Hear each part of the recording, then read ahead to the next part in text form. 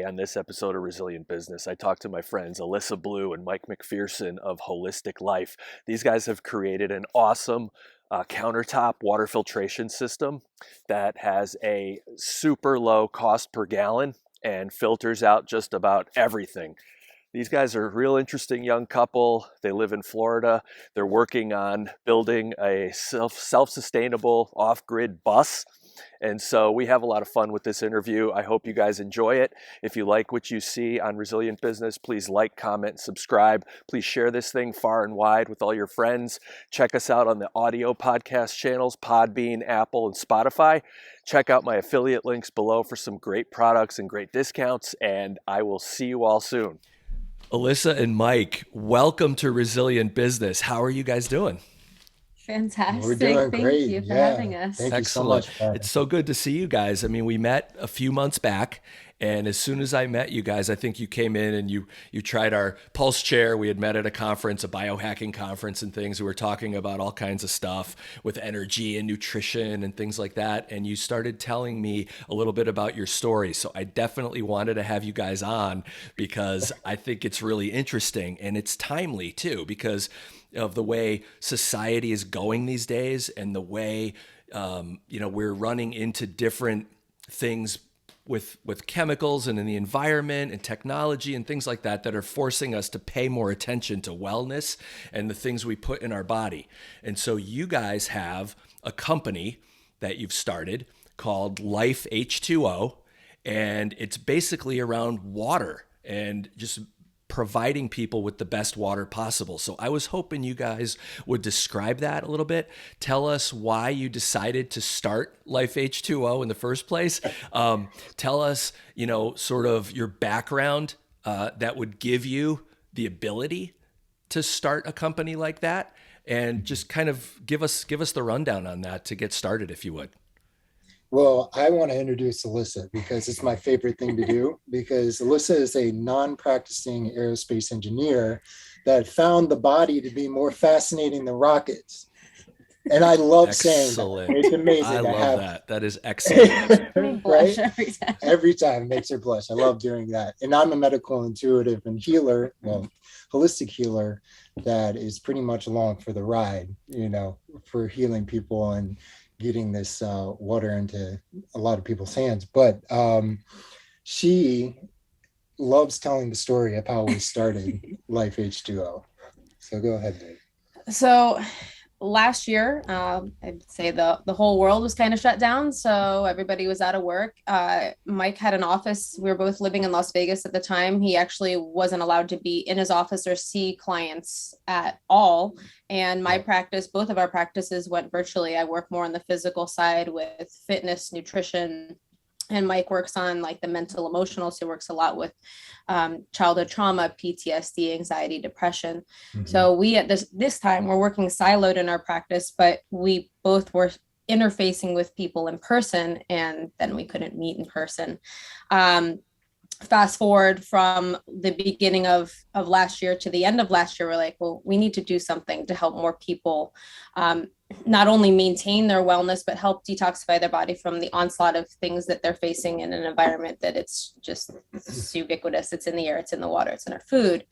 And what better way to help the body than with water? So this product initially was made for ourselves. We were being a little bit selfish in that aspect. We're like, okay, I want the best possible water I can put in my own body, and we want to be able to bring it with us. Yeah, we weren't even thinking about putting this out to anybody or making it a company at all. Yep. And a lot of times that's the way a great company, great products start, right? Necessity is the mother of invention. And so what do we need ourselves? And then it ends up turning out so well that people, this is probably where you're going with this, but go ahead. Yeah, exactly. Like during the pandemic, it was really difficult to get anything in, like shipping or anything. So we were actually trying to get one of the other water filtration systems. And a week later, we were wondering where it was. I mean, it was coming out of Utah, but it doesn't take a week to get these systems in. Mm-hmm. 8 weeks later, we'd order for two other companies. 8 weeks later, we ordered for 2 other companies. And still didn't have a product. Right. And then I looked into it and I was like, and I looked to her and I was like, well, how hard could it be to make this? I mean, Ourselves. I mean, we have a engineer, and I like to tinker around. I've done welding and different types of stuff. I'm a mechanic with cars, and so I was like, how hard could it be? So we I drew it, he made it. Yeah. She drew it. There you go. I made it. We actually just ordered a filter and built the system around that. Mm-hmm. Did a ton of research, and since then even far more on every system that's available on the market today, where they're coming from, country of origin, and currently have filters coming from England that are the best in the market that we found, that, you know, for our product, for the longevity of the product, for an all-in-one system. If people are familiar, we have a Countertop gravity-fed filtration system. Right. So unlike some of the other products, we were looking for an aesthetic, something that would look beautiful on a countertop and not like it belongs in a hospital or sterile workplace. It's actually made of glass as well as stainless steel. So it looks nice in the home, but it's portable. So, and then the additional filtration option that we have, everything is plant-based and mineral-based. So there's no, I don't think a lot of people know that a lot of their carbon block filters are made from bone char. And although it provides excellent filtration and it's relatively cheap, sourcing of where that bone is coming from, ethical reasons, and just people, how do people feel about that? We didn't feel comfortable with that. So we opted for an option that had no priming on a filter. It was all in one. We have fluoride here where we're at in Florida, and it's a concern for people around the country. It's not safe to be drinking, and we wanted to make sure that we could provide someone with an all-in-one solution that got 200 plus contaminants out of the water that they're consuming every single day for their drinking needs, cooking needs, or anything else. Yep. And that's a differentiator right there, because most of the products don't include filtration of fluoride. I don't think, from what I've seen, you need to go separate for that, like maybe a separate piece or separate expense. And sometimes you can get one, but not the other. And so if you're looking for everything in one, that totally answers that question. Yep. Do you guys, so you found some challenges from the pandemic with basically supply chain issues, and that's why perhaps you weren't getting your products from the other companies in time. Are you, how comfortable and confident are you guys that you'll continue to be able to source the stuff that you need, since you don't make it all, you know, in your own facility from total scratch? You have to rely on a supplier for something, right? Right. How confident or comfortable, and what's making you confident about the future of that, would you say?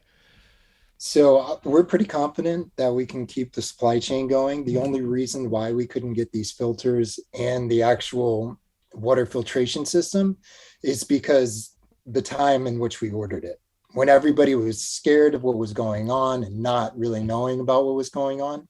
So it was like an emergency preparedness,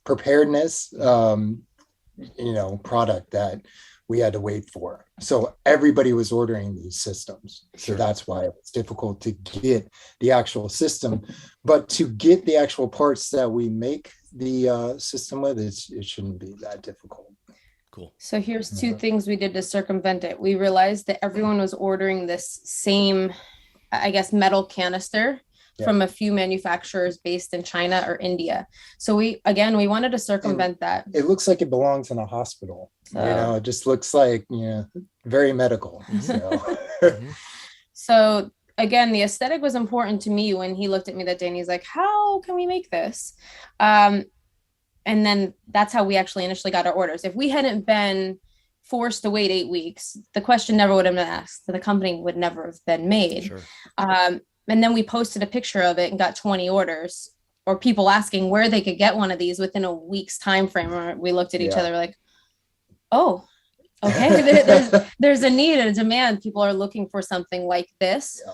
As far as supply chain issues for what we're doing now, I've located 3 different companies within the US that are actually making glass, that are producing these products. And then the stainless steel, the actual filter basin, that housing we can source from within the country as well. So that's helpful to know that there are still mills that are producing these products and that we don't have to outsource. Right. And I think being a young and nimble company that we have the opportunity to pivot the design.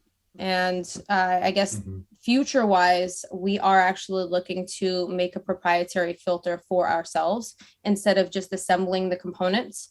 The NSF certification that we're afforded from this filter in England is the best in the market. However, having our own patented and proprietary filter based on the research that we've done, I think we can deliver a superior product and something, again, that we're providing so we can avoid supply chain shortages. Awesome. So you've done some homework is basically the answer. You've done some work to hedge against that possibility, which is excellent. And so the average person who understands that they should be drinking water, who might understand, or are trying to drink the best water that they can, they maybe understand that tap water is not necessarily the best water that they can drink. They have several options of maybe going and purchasing water at the store. And that in itself is a, tremendous exercise of figuring out which one in that spectrum might be good versus bad. Some people might be fortunate to have access to a natural spring near their house, and they might be collecting water that way or using water that way for their family. So there are different ways people try to address the situation of trying to get good water. I would imagine that with your products, it's, I mean, correct me if I'm wrong, but it sounds like it's an easy to access solution to a problem that a lot of people are searching for. It's less expensive than always buying water. Does it give you the ability to take actual tap water, which is in most people's views the cheapest option, right, and turn it into great water? I mean, talk about that a little bit, if you would. Yeah. So I'm just going to go on the layman's road and she can go down the scientific road. But I mean, like here in Florida, the water is horrible, where it comes out of the tap and it's yellow in most cases. And you can actually see that in the reservoir in our filter system. And you can taste the difference, like when you drink it out of the tap. Don't recommend it at all, especially, places in Florida. But you filter it through our system and it's crystal clear and it tastes completely different. It's amazing. And not only that, can you filter it from tap, but you can go down to your stream or pond and filter this out. I mean, you can take a hose and put hose water in the reservoir and filter it out, just because the way that the filter works. Okay. And the filter filters out up to 5,000 gallons, removing 200 plus contaminants. And what you were saying about, people buying water bottles and buying bottled water, we save over 40,000 water bottles from going into circulation. Per filter. Per filter. And these filters, depending on the water quality, can last up to a year. So other, filtration, brands or whatever lasts 2, 3, 4 weeks, maybe. This lasts up to a year. And out of the 40,000 bottles that you guys are saving per filter, I would imagine 90 to 95% of those are plastic. Absolutely. Yeah. Right. Because very small percentage of those are probably even glass, So you're really, I think I saw a graphic or a meme online the other day of bottled water being analyzed, and it showed somebody's finger, a picture of somebody's finger and it was just like a bunch of microplastic particles stuck to their finger. Like they were showing how much was from a certain amount of water. I can't remember, what the quantity of water was where they got this from, but it just looked like crazy. It looked like you dipped your finger in like salt and you were holding it up to the camera. It was really crazy. So, people obviously you don't see that floating around in your bottle that you're drinking. These are small particles that have to be minutely filtered out. So yeah, all that information is great. So the answer to my question was you can take tap water and turn it into great water using your filter, which is the cheapest solution. And all you need is one filter to do that, basically. That lasts longer than most filters on the market.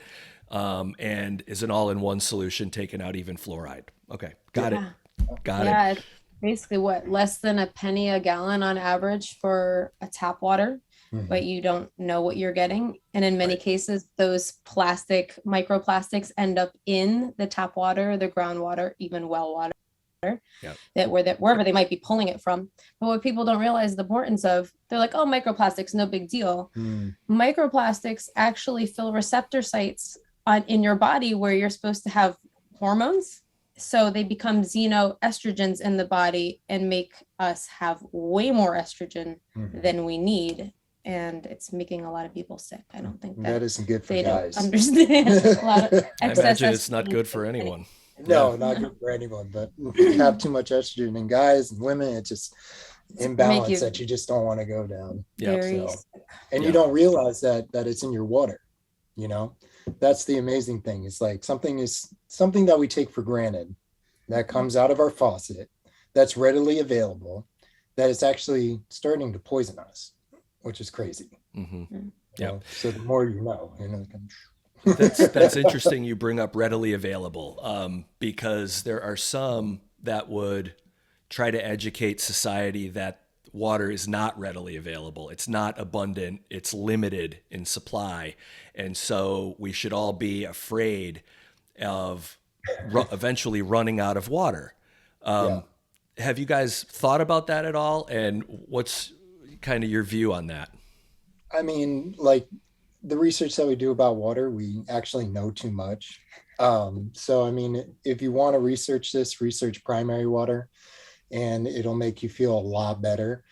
A lot better in the sense that water isn't scarce, but maybe puts a little bit of fear into you. It's like where our water is coming from and not being able to tap into that said water. Yeah. The technology that we have now, we're living in an incredible era where we have access to technologies I think that we didn't have before. And we need to, as a global community, start thinking more, I guess, educated and holistically on how we can utilize the water that is available. So if you're looking at rainwater capture, so we've talked about acid rain, that could be a potential problem, but then you have a filtration system that makes this water available. But I know that parts of the country are struggling with drought conditions like California. And there's many reasons that are causing that. However, primary water, as Mike said, dehumidifying the atmosphere. We're seeing things on the market now where you can literally take a dehumidification system or attach a solar panel to it and take moisture out of the air, even in the desert. So there are options available. It's a part of our goal to educate as many people as possible on how to live more sustainably and how the different things that are available for them to do that. So we don't need to live in fear and the scarcity mindset. We have a very abundant planet that we're living on, and the resources are here for us. Yeah, excellent. I mean, to get out there even further on that limb, I've even heard people who argue the point that desalinization of seawater is easier and cheaper than people think. And so, I don't know if you guys have looked into that at all. That might be just, way out there on the woo scale. I think it's brilliant, except when they dump the salt back into the oceans, because that's acidifying the ocean. So it's throwing off the pH balance. So if we're actually utilizing that salt and cleaning the microplastics and any contaminants out of that salt, we still need that. It's an electrolyte balance for the body. It's healthy. Right. So if we can figure out how to be in harmony with the ecosystem, I don't think that there's a problem with it. Yeah. Very interesting. Like going back to our filters too, it's like they don't remove all the minerals. It actually puts minerals into the water that is needed. And that's a concern for some people, right? They don't want their water to be quote unquote too clean, right? Like barren of anything nutritious. Right. It's not devoid of total dissolved solids. So if you're starting with a beautiful mountain spring water that you're potentially worried about having heavy metals in, or giardia or some sort of biological, it will remove that without removing the minerals like magnesium and calcium. So. Excellent. That's great. I mean, that's the best of all worlds. That was on my list to ask you guys. What if someone does have great mountain spring water? They think it's great. They want to use it, and so great. Yeah. I appreciate that answer. That brings me to this one. What's the best way to test it? What's the best way to test water? What's the least expensive, most reliable way if somebody wants to just say, how good or bad is my water? So there are several home kits that you can order or send out to. mytapscore.com offers a great variety of testing that that you can just send in water samples and they'll do that. There's other independent labs that offer water testing as well. And then if you want to actually see if you're on municipality water, you can actually go to ewg.org. The Environmental Working Group puts out a study on what the legal limit is, what they've tested for and determined to be safe. And in some cases, it's frightening to actually see what is in the water that you're consuming. And most of us Get ready for that one. have no idea what is in the water. And that's a free resource. Yeah. So. Okay. Very cool. What are you guys thinking about for the future? Are you doing any product development, R&D? Will you be offering different things in the future? For the niche market that we're looking to, we're talking to you from a camper right now where we live that travel lifestyle. And that's really important to us to be able to pick up and go see amazing things and people and explore and adventure the way that we want to. So for the market that we were looking to serve, right now ours is a home product and it still can be portable. So it's a gallon on top that you could go down to a stream or a pond and be able to fill up in a camping situation or emergency situation, have clean, fresh, delicious water. As far as innovation, we want to be able to actually make that more portable. Do you want to talk about the 3D printing and cutting? Oh yeah, so we got we had a buddy of ours start to 3D print a mock-up of what our travel size filter would look like. Something that is really portable, and it's really exciting. I can't really talk too much about it and what we're going to do with it, but just know that it's going to be portable. It's going to be perfect for camping and hiking anywhere you go. So that's super exciting. We're probably going to be doing a little bit more changes to the design, making it a little bit, maybe a little bit bigger, maybe a more aesthetically pleasing for the home. Yeah. And we're just excited to play around with all those. And then we have one more item that we are in development on right now. We're actually finalizing the design that is going to help energize your water, which there's a ton of therapeutic value, peer-reviewed research if you want to go out in the market space and look up what adding an extra hydrogen molecule does to your water.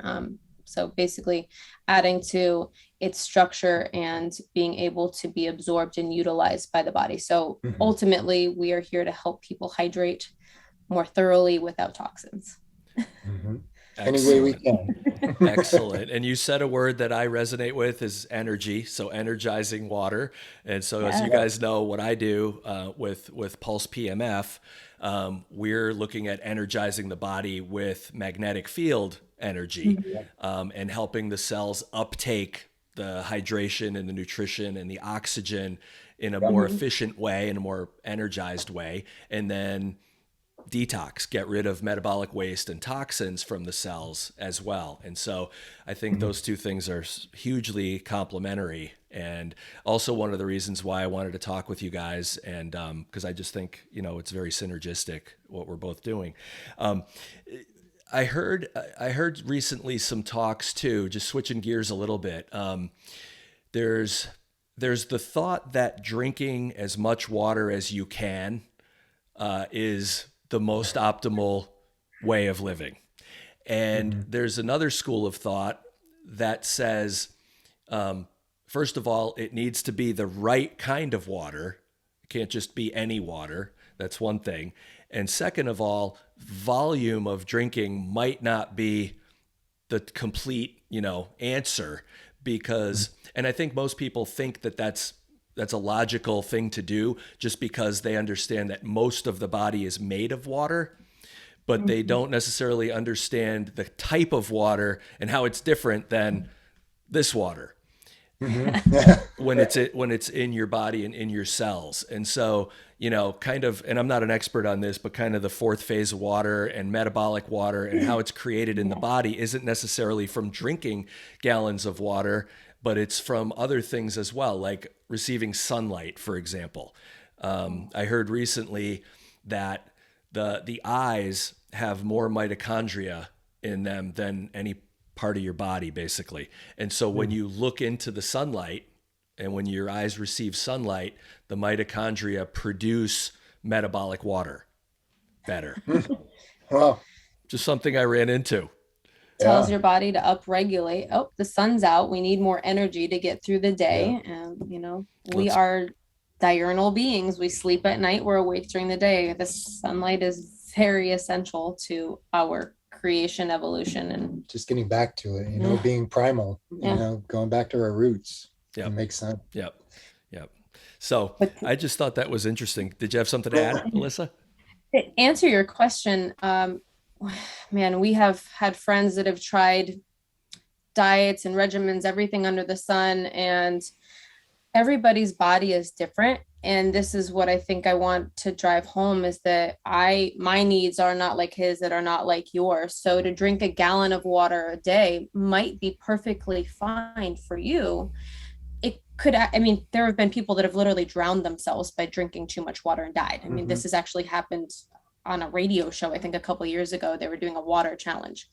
So chugging water, people are like, oh, if you feel thirsty, it's already too late, you're dehydrated. Well, okay, great. Give yourself some grace.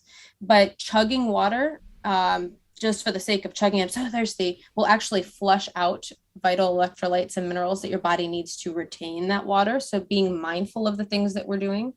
And then I've done it. We've been guinea pigs. She was like, hey, I learned about this. So I was like, what? I'm going to try it. I was like, I started chugging water and I was like, you're right. My tongue was dry and everything. And I just started sweating to the point that I was feeling lightheaded. And this was just like, first when I woke up, just chugged water. Okay. That didn't work. Then I started sipping water in the morning. I felt a lot better. It was crazy. Giving the body what it needs, specific to your body. So we're trying to educate people on how to get back to the innate wisdom of their cells and what their body needs, instead of listening to all of the new trends and fads and everything that's coming out that might help them. But when you tune in here and start to learn and to ask the questions of what my body needs. There's a good barometer where you can say, hey, drink half your body weight in ounces of water. But what happens if you're working outside that day and you've done a long run? Or what happens if you've decided to stay in bed and veg all day? There are different needs for different situations and different people. Yeah. So I think people get, screwed into the quantity over quality argument too. And, they just think if they do more of something, it must be better. More is better. But they don't pay any attention to how they're doing it or what they're putting in when they're doing it, type thing. So hype and quality. We know people that have drank distilled water for 20 years. And I think a typical use case, people will be like, well, that's dead water when we're talking about energy and hydrogenating water and something that's alive, like you would find in nature, like, oh, well, that's dead water. Well, if this person has a farm and is consuming their produce directly from that farm, that is the best energized structured water with tons of vitamins, minerals, and nutrients. So they're replenishing from the nutrition source. I think most people today that are living, you said that more is better, they're go. They're not getting this quality diet. They're just getting what's readily available to them. So yes, it would potentially, if they were going to go just drink distilled water, have dehydrating effects instead of actually being able to nourish their body properly. Sure.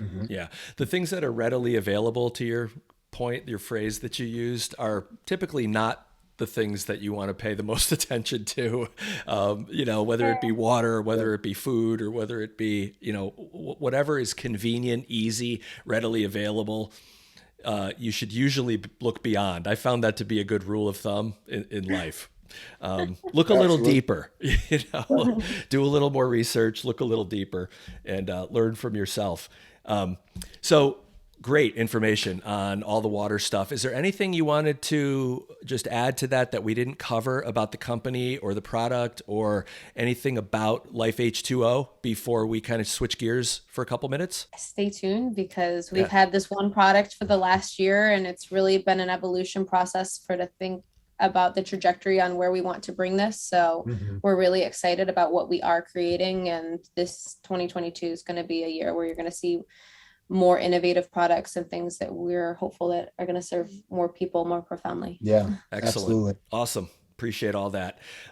Switching gears a little bit. There's another very interesting thing about you guys that kind of caught my attention when we first met. And that is you guys, and getting back to an earlier point, the water thing is kind of a preparatory, making sure that you're ready for a situation. Perhaps, obviously, your overall wellness is always a situation for your future and the future of your family. So you touched a little bit about, getting into the water business, and that was sort of, you got some exposure to people who were preparing for certain things and wanting to be ready for certain things. You guys have created an off-grid sustainable bus. Yes. Why did you do that? And why are you doing it? And how's it going? And what is that going to end up being? Tell me about that. Well, I know we were really excited about the idea of it, and we still are. It's awesome to be like seeing all these YouTubers that are making these vans in the tiny homes and everything, and they make it look so easy. That's the first thing I want to tell people. If you want to get into building a bus, building a van, do your research, because it's not easy. It's not easy. It takes a lot of man hours to do that. It becomes a full-time job. Yeah, and definitely a full-time job. Last year, we had a fair amount of time on our hands, and everything was virtual. And this dream is still alive within us. But as we had this concept where we're like, we are going to live in a bus and document building it at the same time. So say that again. We wanted to live in the bus. Did we have any creature comforts? No electricity, no plumbing, no. Nothing. It was a metal box. But you had your phone, so you could film the whole thing. Right. It's the most important part. We were on an incredible piece of property. If anyone knows anything about Florida, it's extremely hot and humid, especially during the summer. It rains every day, and there's mosquitoes the size of birds. So put all of that together. It's the state bird of Florida. It's a mosquito. We've had our fair share of trials and tribulations. I have to say, the challenges that we faced with this are different than we've ever experienced in our life. We came from living in fairly large homes and different side of the country. We went from the desert to Florida, which is awesome. We're near family now, which is also, been a really great value shift for us. But having all of the creature comforts to having none and being happier than we've ever been was so humbling and eye-opening for us to just realize home is wherever we are. And it's amazing. So it's something that we've been able to build on, even when it's been really tough. Yep. Yeah. And they say if you want to see if a relationship's going to work, live together. No, if you want to see if a relationship's going to work, live together. Build a bus together. Live together in a bus that you have to build while you're documenting it. Right. Exactly. Right. So we don't want people to feel bad for us. We did this on purpose. Yeah, completely on purpose. This is on us. Yeah, it was completely on us. We're gonna be TikTok famous. That was the thought, because it's oh wow, they can see a struggle and it's real, and we did get some attraction to it. One of our first videos we posted, we got 300,000 views, which was awesome. And we're like, oh my gosh, that's incredible. And then we started doing more and more and more, and they got less and less and less. And they're like, what? That doesn't make any sense. We're not funny enough. Right. Yeah, we're not funny enough because we're sweating and crying and look at what we have It's to just do too today. real for people. On the floor. Yeah, exactly. You're not only filming, the successes and Right. all the brand new shiny things that are in there, Yeah, they and- want to see the beautiful stuff Yeah. as we're taking out the potty. Right. Like, Yes, right. And not to mention building a company at the same time with no space. Right. Yes. We were fulfilling orders in this bus. Sure. It was incredible. Like we have pictures of it. It's Mobile like office. everything lined up, mobile office. Everything was clean and sanitary, just to let you know. we have, But we it have was- luggage bays that are my height under the bus. So we had ton of storage. Ton Wow. of storage. It I was know. great. And I've seen Yeah. pictures of it, and I think, that's a blank canvas. You guys could Yeah. really, with the right amount of time and not being distracted by a million things and, all the challenges, that could really end up being great. Is it still a work in progress, or what do you think?